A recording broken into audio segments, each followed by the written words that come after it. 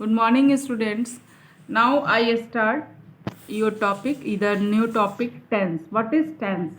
First you have to know what is tense. पहले आप ये जानो कि tense क्या है. Tense tense is originated from the Italian word tempus. Tense की उत्पत्ति जो है वो Italian word tempus से हुई है, which means time, जिसका मतलब क्या होता है? टाइम. टेंस की उत्पत्ति किससे हुई है? इटालियन वर्ड टेम्पस से, जिसका मतलब होता है समय. Tense is made up of the Italian word tempus which means time. Now this time has been divided into 3 parts. और इस टाइम को 3 भागों में विभाजित किया गया. जो हमारा समय है, टाइम है, काल है, उसको 3 भाग में विभाजित किया गया. Present tense, past tense, future tense.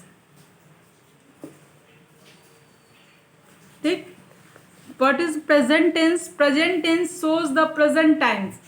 जो प्रेजेंट टेंस है वो प्रेजेंट टाइम को शो करता है, माने जो समय अभी बीत रहा है, चल रहा है, ठीक है ना, उसको वर्तमान की स्थिति को शो करता है.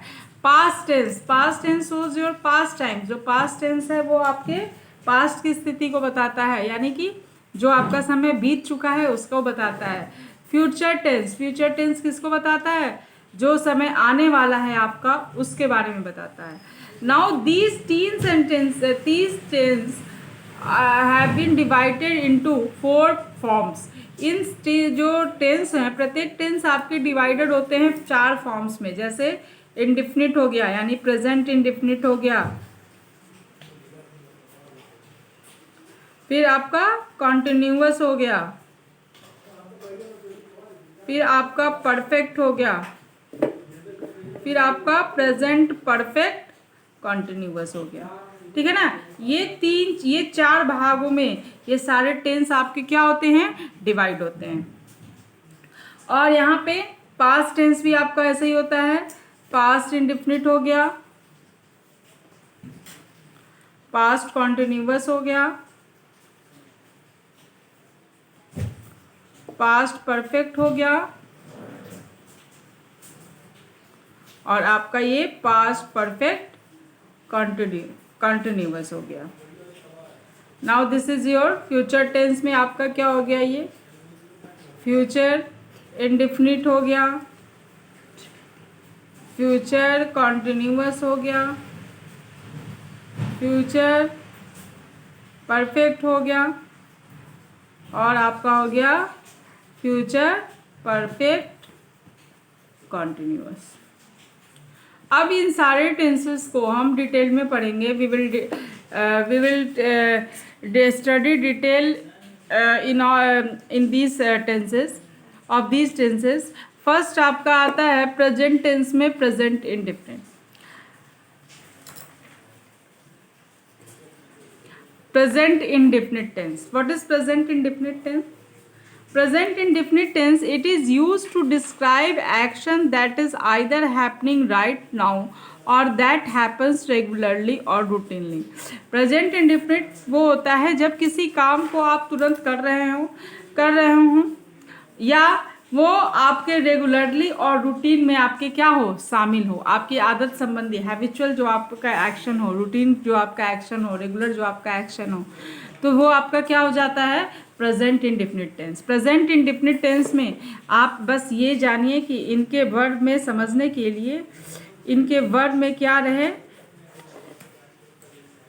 ता रहे, ती रहे, तू रहे, ते रहे, तो ये सब क्या हो जाएगा? Present indefinite tense. जैसे तात, खाता है, पीता है, सोता है, जागता है, रहता है, आता है, जाता है, तो ये सारा आपका क्या हो गया? Present indefinite tense. और आपको पता है कि प्रेजेंट के अगर टेंस का हम प्रेजेंट टाइम को शो कर रहे हैं तो सब सारे टेंस के इसके लास्ट में आपके क्या होगा? है होगा. तो ये आपका प्रेजेंट इंडिफिनिट टेंस हो गया, जो अभी तुरंत हो एक्शन, और क्या हो, रेगुलरली हो, और हमारे रूटीन में हो, हैबिट में हो, वो आपका प्रेजेंट इंडिफिनिट टेंस होता है. और उसका स्ट्रक्चर क्या है? Subject plus first form of the verb plus S ES plus object. ये आप उसका स्ट्रक्चर है. If subject is singular we use first form of the verb with S and S. अब ये ध्यान दीजिए कि यदि सब्जेक्ट आपका सिंगुलर है, ठीक है, तो आपके वर्ब में क्या लगता है, यस और यस लगता है, सब्जेक्ट अगर सिंगुलर है तो। जैसे मैंने यहाँ पे एग्जांपल दिया है, राम बाजार जाता है, तो Ram is a singular subject, then we put Ram goes to market. Ram क्या है, एक सिंगुलर सब्जेक्ट है, तो राम के साथ वर्ब में क्या लगा, यस लगा। तो जब सिंगुलर सब्जेक्ट रहता है तो वर्ब में यस और यस लगता है। और अगर सब्जेक्ट जैसे मान लीजिए वह मंदिर जाता है, यहाँ पे क्या हो जाएगा, ही, स्ट्रक्चर के अकॉर्डिंग चलेंगे तो first form of the word, he is singular subject, he singular subject है तो आपका यहाँ पे यस लग जाएगा, ही गोज टू टेम्पल। वह प्रतिदिन टहलती है, यहाँ पे क्या हो जाएगा, ही वॉक्स, टहलती है तो शी वॉक्स डेली, ठीक है। तो यहाँ पे सी भी आपका सिंगुलर है तो यहाँ पे क्या लग जाएगा, वर्ब में यस लग जाएगा। तो जब सिंगुलर सब्जेक्ट रहेंगे तो वर्ब में यस या यस लगता है।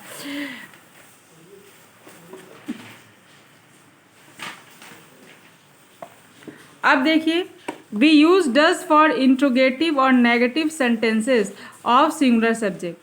अब ये तो आपका क्या था, अफर्मेटिव सेंटेंस था। अब हम अगर इसका नेगेटिव या इंट्रोगेटिव करते हैं तो हमको क्या यूज करते हैं, सिंगुलर सब्जेक्ट में डज यूज करते हैं। क्या यूज करते हैं, डज यूज करते हैं। तो अगर हम इसका नेगेटिव बनाएं, राम गोज टू मार्केट, तो यहाँ पे क्या हो जाएगा, Ram does not go to market, यहाँ पे सॉरी मार्केट हो जाएगा, Ram does not go to market. यानी कि जब हम नेगेटिव बनाएंगे तो यहाँ पे डज नॉट लग जाएगा और वर्ब तब कब किस में आ जाएगा, फर्स्ट फॉर्म में आ जाएगा। क्लियर है। फिर इंट्रोगेटिव बनाएंगे तो हम क्या, राम बाजार जाता है, अगर इंट्रोगेटिव अगर हम बनाएं इसका तो यही होगा ना,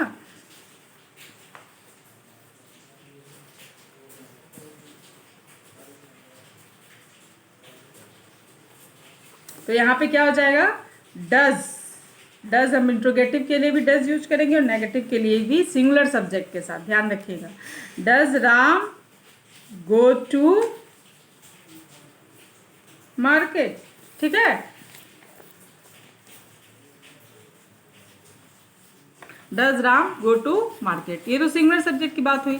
जब वर्ब क्या हो आपका, इफ सब्जेक्ट इज प्लूरल, जब सब्जेक्ट आपका क्या हो, प्लूरल हो, we use first form of the verb, तब हम उसके स्ट्रक्चर में क्या लेते हैं, first form of the verb लेते हैं। तब हम वर्ब में यस और यस नहीं लगाते हैं जैसे कि सिंगुलर में लगाते हैं। जैसे सेंटेंस है, हम लोग बाजार जाते हैं, यहाँ पे क्या हो जाएगा, we go to market, subject plus first form of the verb plus object, क्योंकि अब हमने यहाँ पे क्या किया, फर्स्ट सब्जेक्ट प्लूरल था इसलिए हमने first form of the verb लिया।